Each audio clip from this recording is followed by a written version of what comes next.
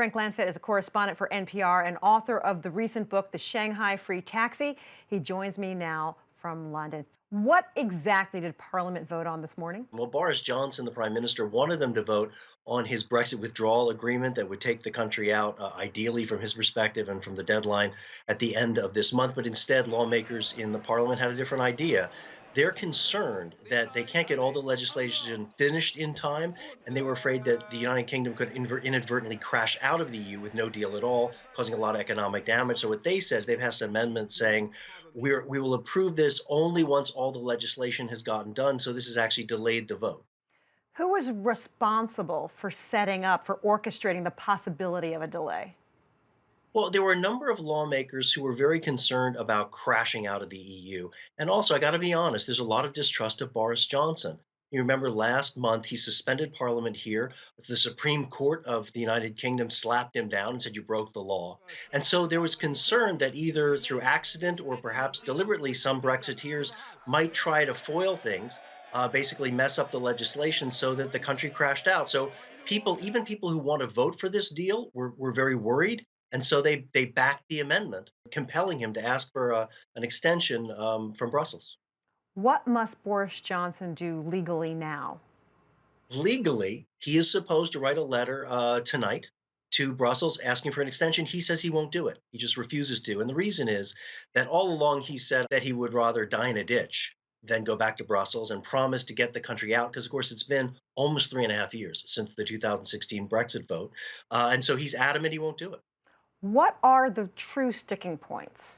The true sticking point, I think, here really is the distrust of Boris Johnson and the fact that this timetable is so tight. This is one of the biggest decisions made by the UK government in many decades, and they don't want to make a mistake and they don't want to miss something.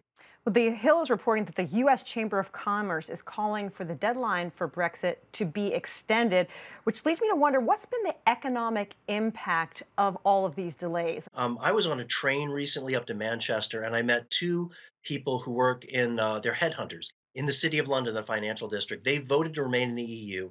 They said that right now they can't get any business done.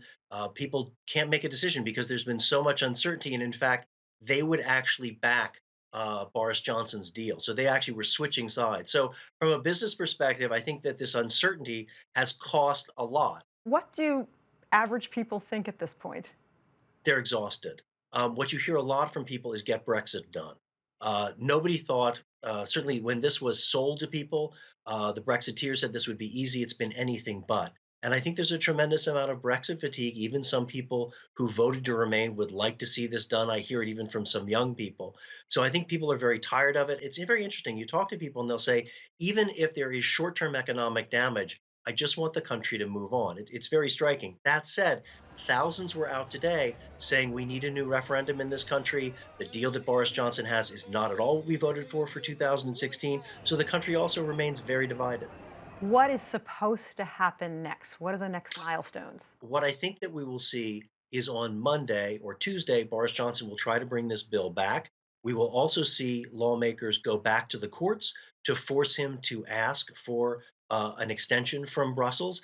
And as is often the case when we get into these Brexit crunch times, when we get close to deadlines, we just have to see sort of day to day how this plays out.